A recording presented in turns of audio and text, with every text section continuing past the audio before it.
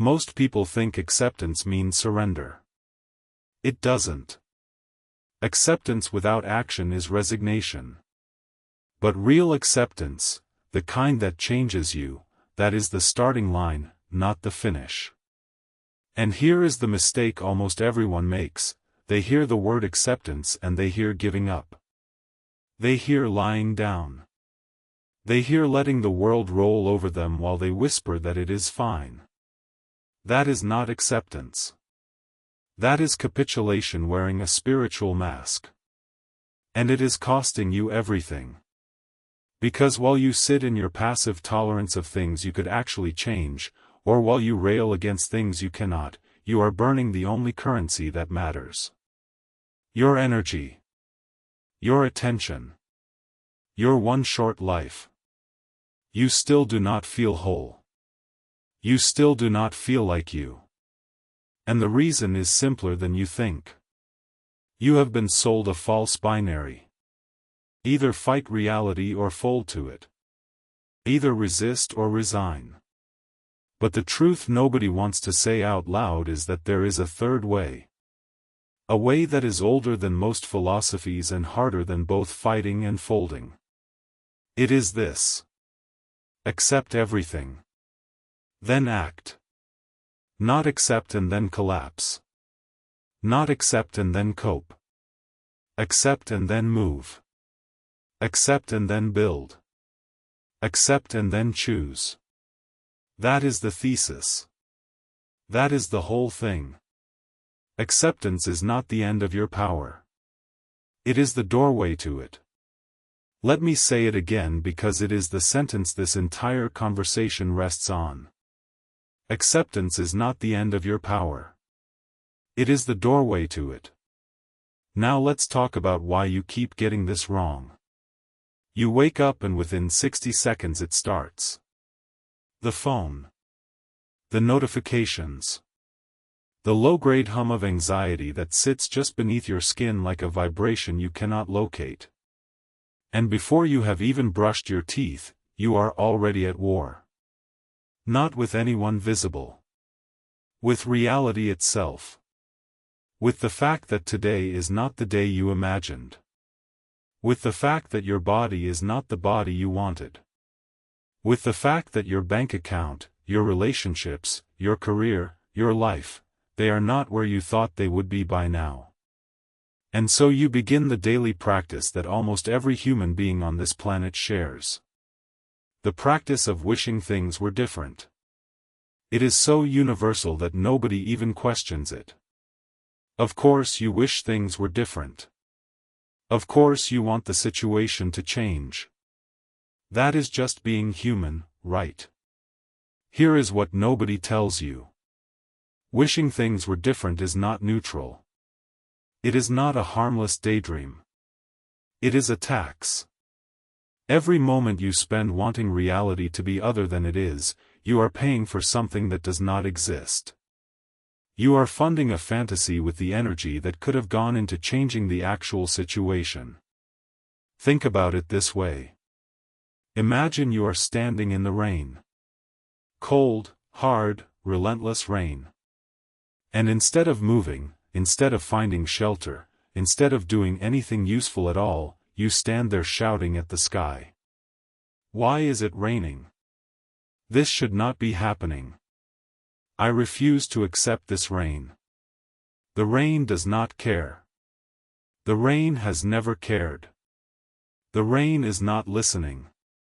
And while you stand there arguing with the weather, you are getting soaked. You are catching cold.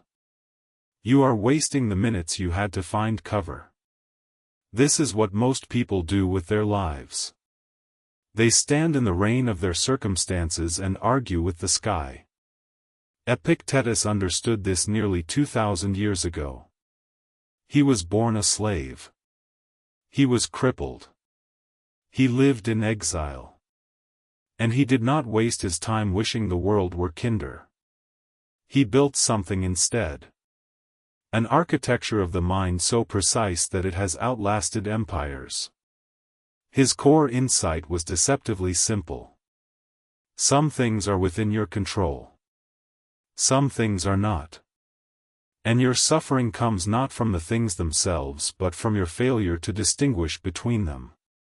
This is what has come down through the centuries as the dichotomy of control. And most people hear it and think they understand it. They do not. They hear it as a sorting exercise. Control list, no control list, done. But Epictetus was not making a checklist. He was describing a way of being. A structural blueprint for the mind. The things within your power, your judgments, your impulses, your desires, your aversions, your effort, these are not just items on a list. They are the fortress. They are the ground you stand on. They are the only territory where your sovereignty is absolute and unquestioned. And everything else, your reputation, your body's health, the opinions of others, the weather, the past, the economy, whether someone loves you back, whether the traffic is bad, whether you get the job, whether the diagnosis is what you feared, all of that is weather. Weather. Not irrelevant. Not imaginary. Real. Powerful. Sometimes devastating. But weather. It comes. It goes. You do not control it. You never did. And the moment you confuse weather for fortress, the moment you try to control what you cannot, you hand your peace to forces that will never protect it. Most people spend their entire lives doing exactly this. They hand the keys to their inner state to the stock market, to their partner's mood, to their boss's opinion, to the number on a scale, to a comment thread. And then they wonder why they feel unstable. They wonder why they wake up anxious. They wonder why they cannot find solid ground. Because they are standing on weather. You cannot build on weather. You can only build on what you control. But here is where the teaching gets misunderstood in a dangerous way. People here do not worry about what you cannot control, and they here do not care. They here detach. They here go numb. They here sit back and let the world burn. That is not what Epictetus was saying. That is not what any of the Stoics were saying. They were warriors. They were statesmen. They were emperor. Marcus Aurelius did not sit in his palace and say nothing matters.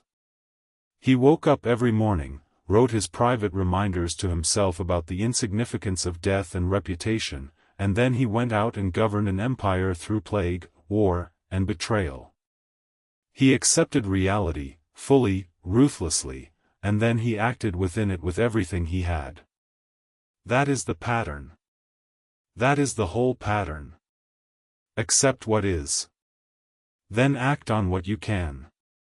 Not sequentially as if acceptance is a box to check before action. Simultaneously. In the same breath. The acceptance is what makes the action possible. This is the paradox that most people never grasp. The paradox that radical acceptance is what creates change. Not resistance. Not fighting.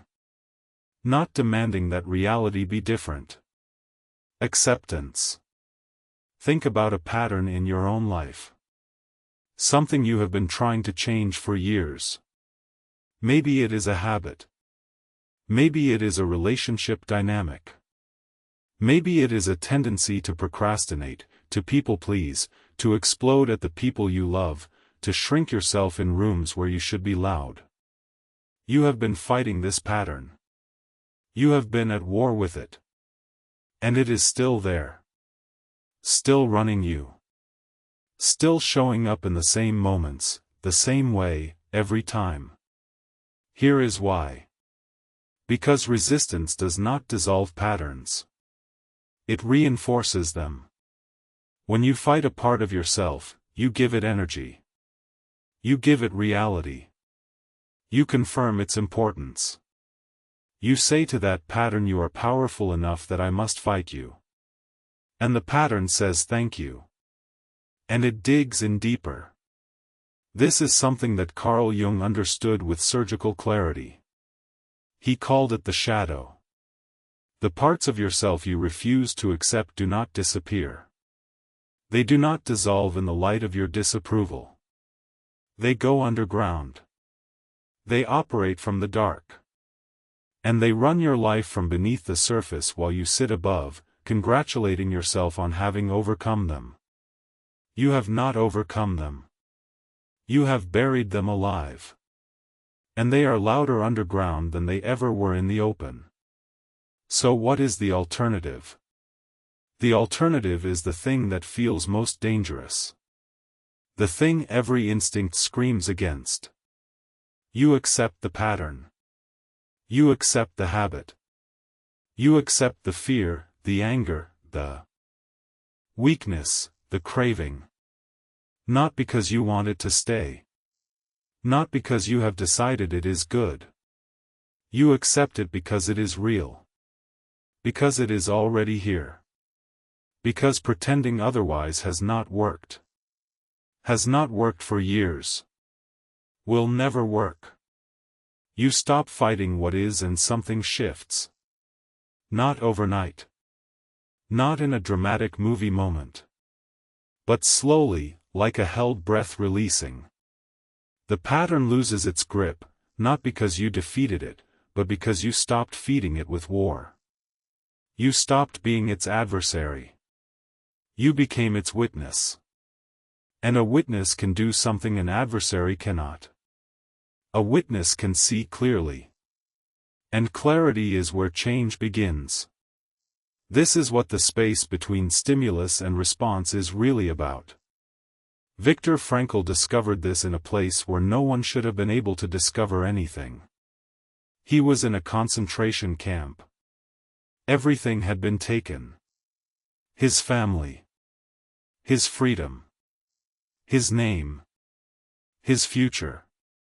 Every external thing that a human being uses to define themselves, gone.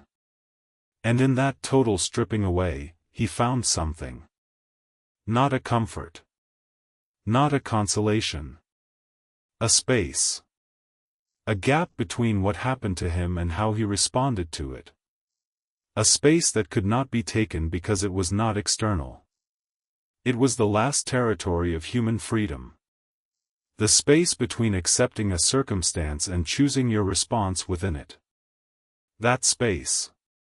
That is where your entire life happens. That is where every decision, every act of courage, every moment of integrity is born. Not in the circumstance. Not in the event. In the space. And here is the thing about that space. You cannot access it while you are busy rejecting reality. You cannot enter it while you are occupied with this should not be happening. The doorway to that space is acceptance. Not of the outcome you want. Not of the version of events that would be fair or just or comfortable. Acceptance of what actually is. Right now. In this moment. Without editing. Let me give you something concrete. Not a platitude. A practice. Think of something right now that you are resisting. Something real. Something that is true about your life that you have been spending energy wishing were not true. Maybe it is a loss. Maybe it is a limitation. Maybe it is something about yourself that you find unacceptable. Hold it in your mind. Do not flinch. Do not look away.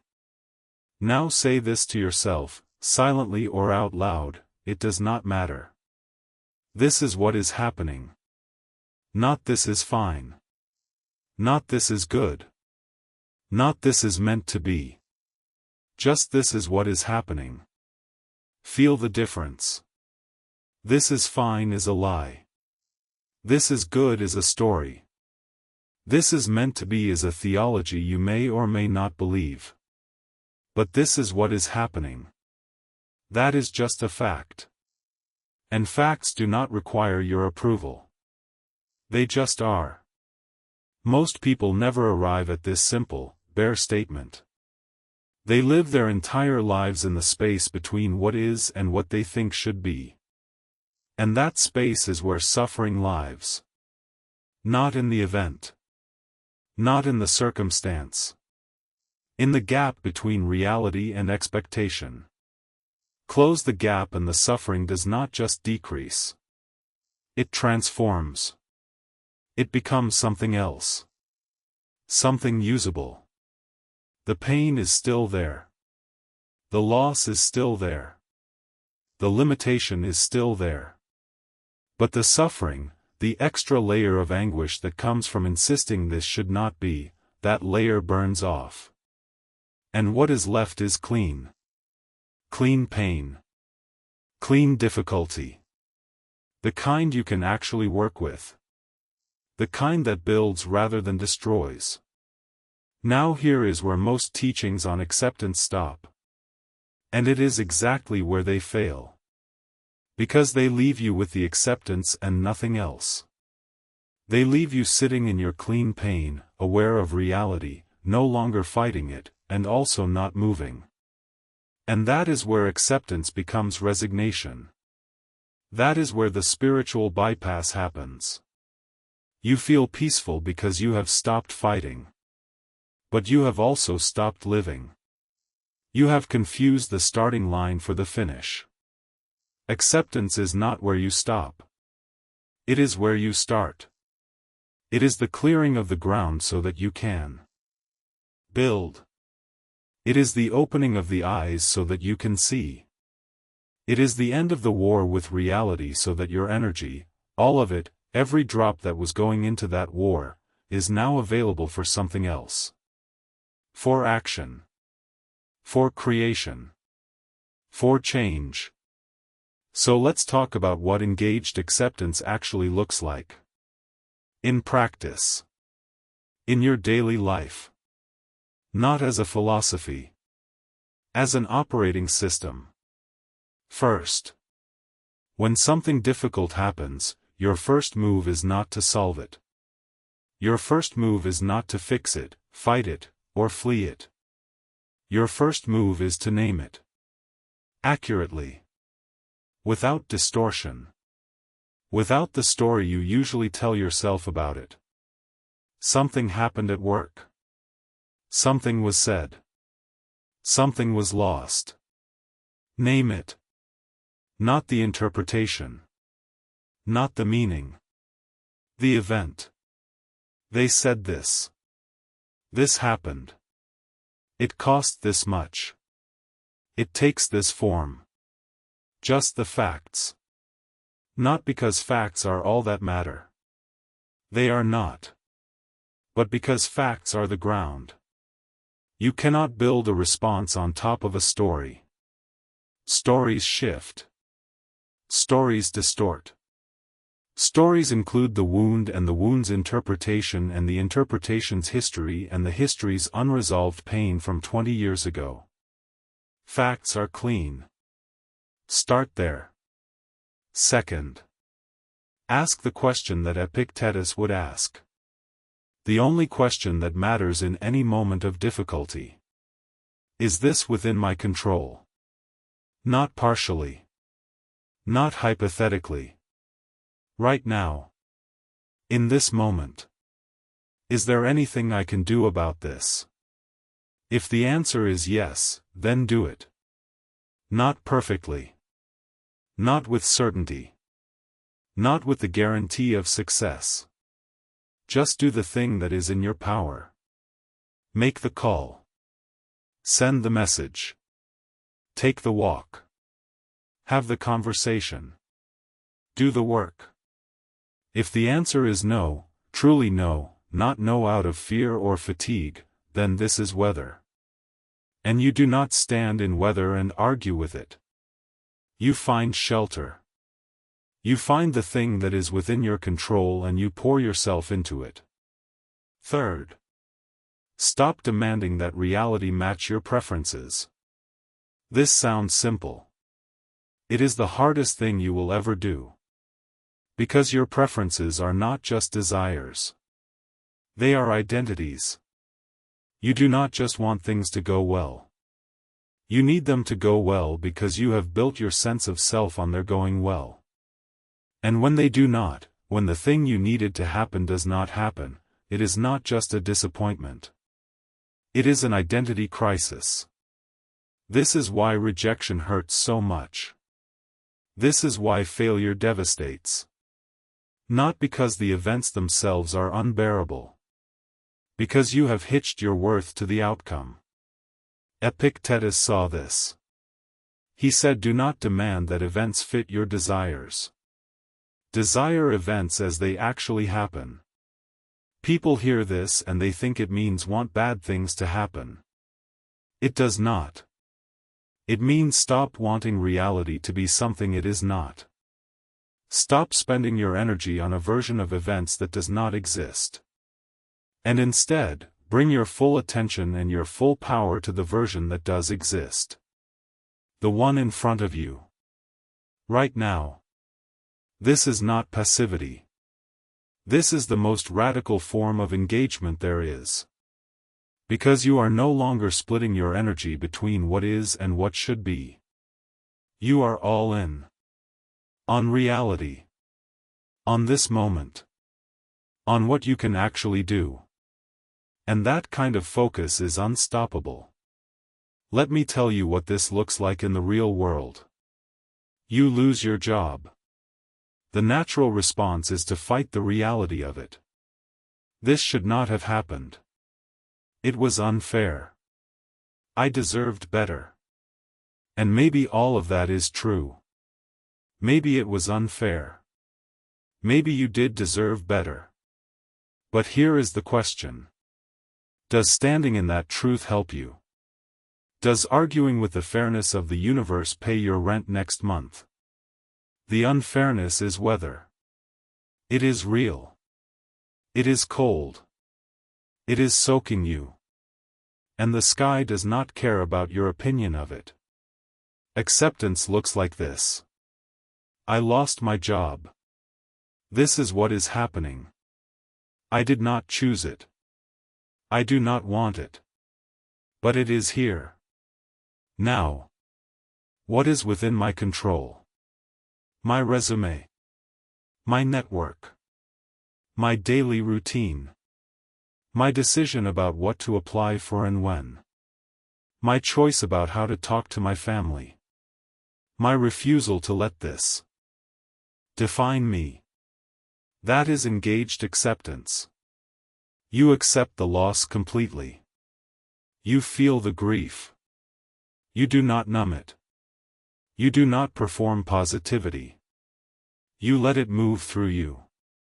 And then, from the other side of that grief, you act. Not from desperation. Not from panic. From clarity.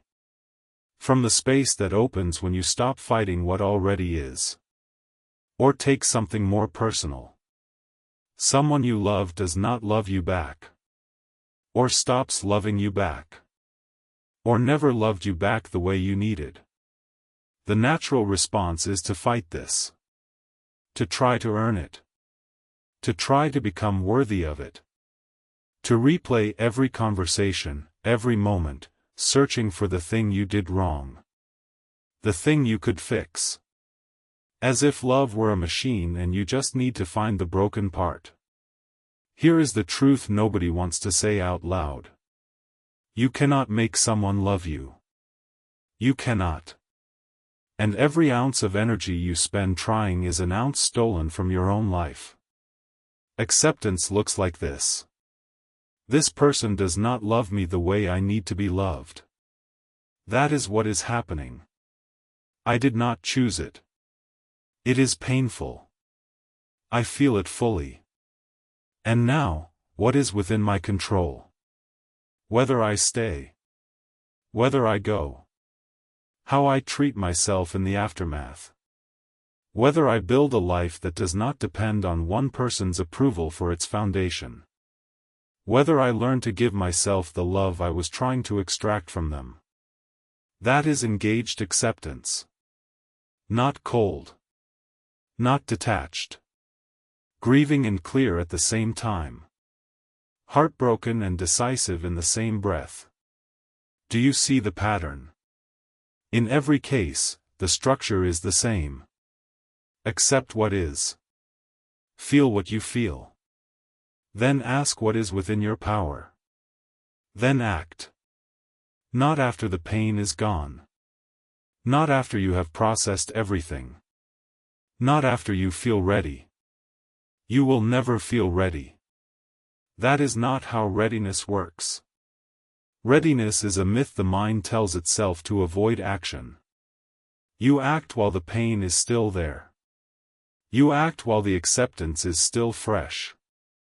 You act from the space that acceptance opens, the space between what happened and your response. The space where you are free. Now I want to talk about the harder edge of this. Because there is a kind of acceptance that goes deeper than circumstances. Deeper than events. A kind that touches the very shape of your life. Most people carry a quiet, persistent grief about the life they thought they were going to have. The version that was lighter. The version where things worked out.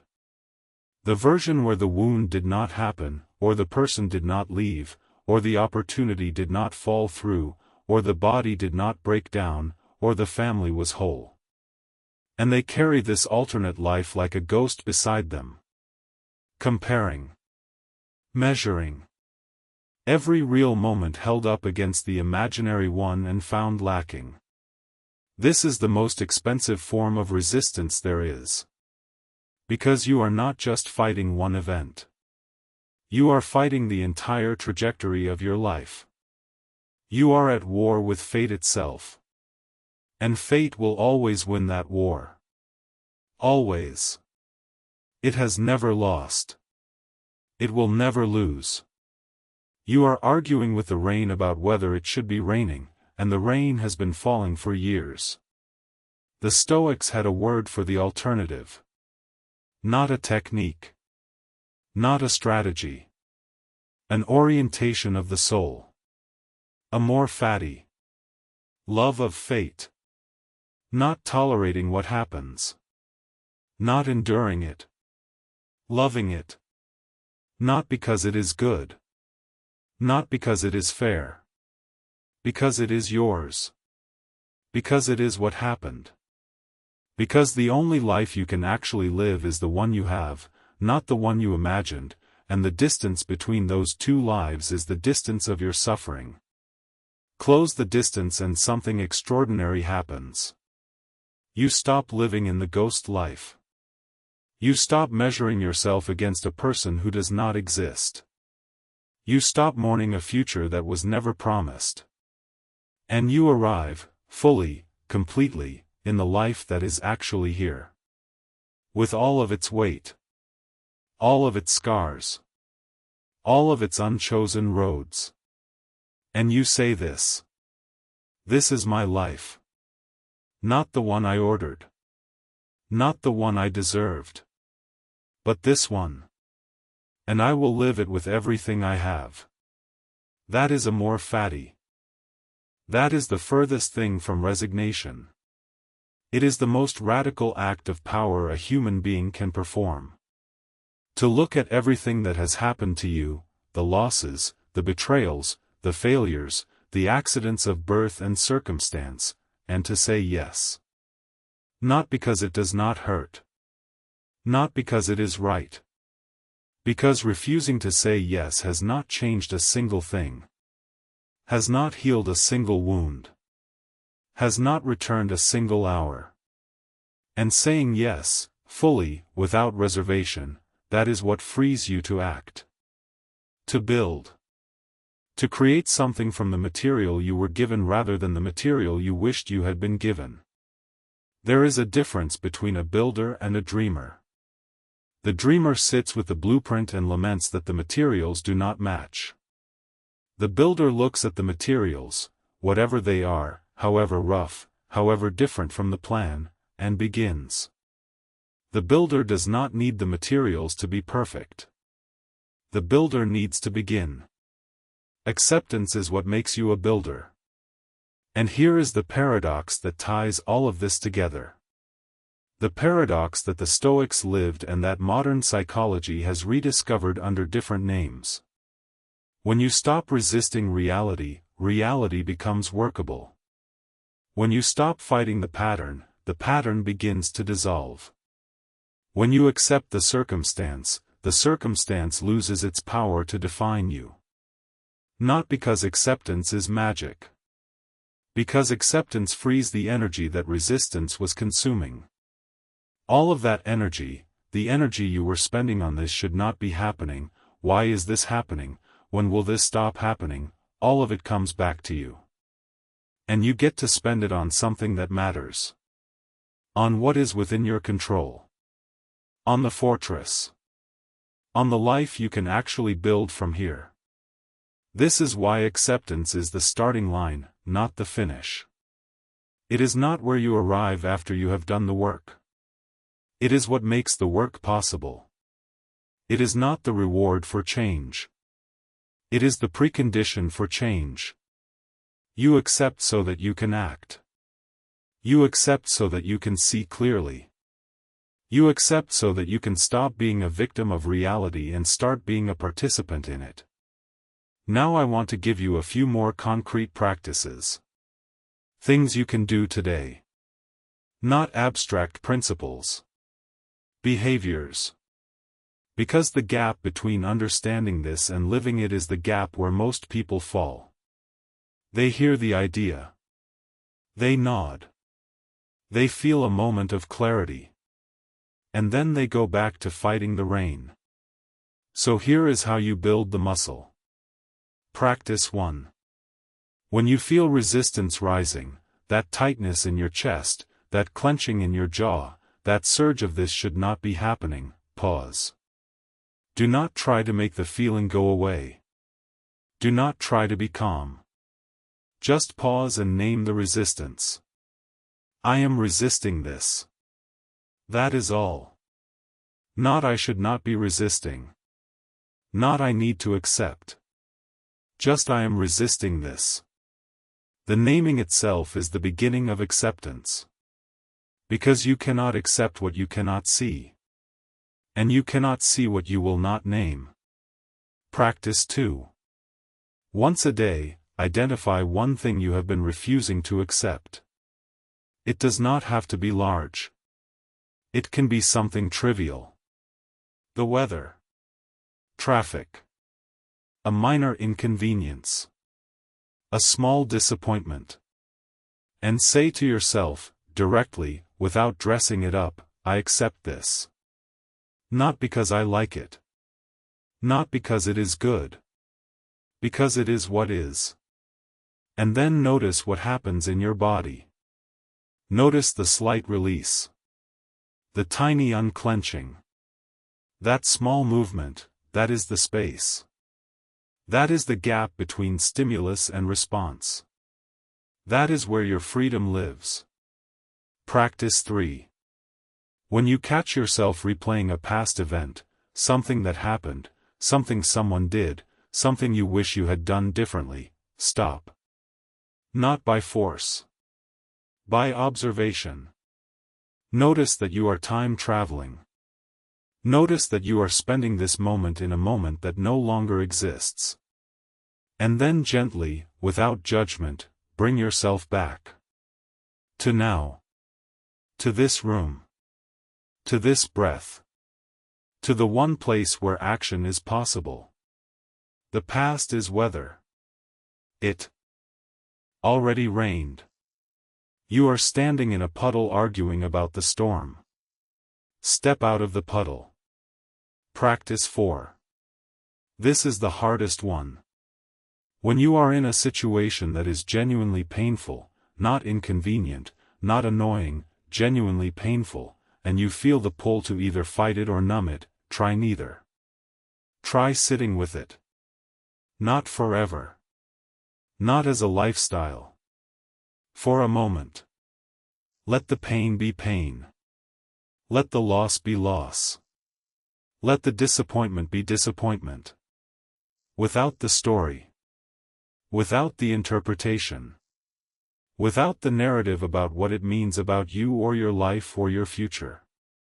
Just the raw sensation. Just the truth of this hurts. And then, from that place of unguarded honesty, ask the question. What is within my control? Not what should be. Not what is fair. What is within my control? Right now. In this body. In this moment. With these materials. That question, asked from a place of acceptance rather than resistance, will change your life. Not because it gives you a magical answer. Because it returns you to your power. It reminds you that no matter what has been taken, no matter what has happened, there is always, always, a corner of existence where your sovereignty is total. Your choices. Your responses. Your character. Your effort. That is the fortress. That is where you build. And here is the final thing. The thing that brings it all home. You have been told your whole life that strength is about fighting. That power is about resistance. That the answer to difficulty is to push harder, grip tighter, refuse to yield. And there is a kind of strength in that. But it is the strength of a wall in a storm. It holds until it does not. And when it breaks all at once. The Stoic kind of strength is different. It is the strength of water. Water does not fight the rock. Water does not argue with the terrain. Water accepts the shape of everything it touches. And because it accepts, it moves. It finds a way. Always. Around, over, through. Not by resisting but by being so fully in agreement with reality that reality itself becomes the path. That is what engaged acceptance looks like. Not a wall. A river. Not a fight. A flow that is also a force. You accept everything. Not because everything is good. Because acceptance is what puts you in contact with reality. And reality is the only place where anything has ever been built. Everything real, every change, every recovery, every act of courage, every moment of growth, started with someone looking at what was actually happening and saying yes to it before they said anything else. Yes, this is what is. Yes, this is where I am. Yes, this is what I have to work with. And now, what do I do? That is the question. Not why. Not if only. Not what if. What do I do? Right now. With this. From here. Acceptance is the starting line. Not the finish. The starting line. And the race, your race, the one that matters, the one that adds up to a life, it starts the moment you stop fighting what is and start building from it. So accept everything. Not to give up. To begin. Stay disciplined.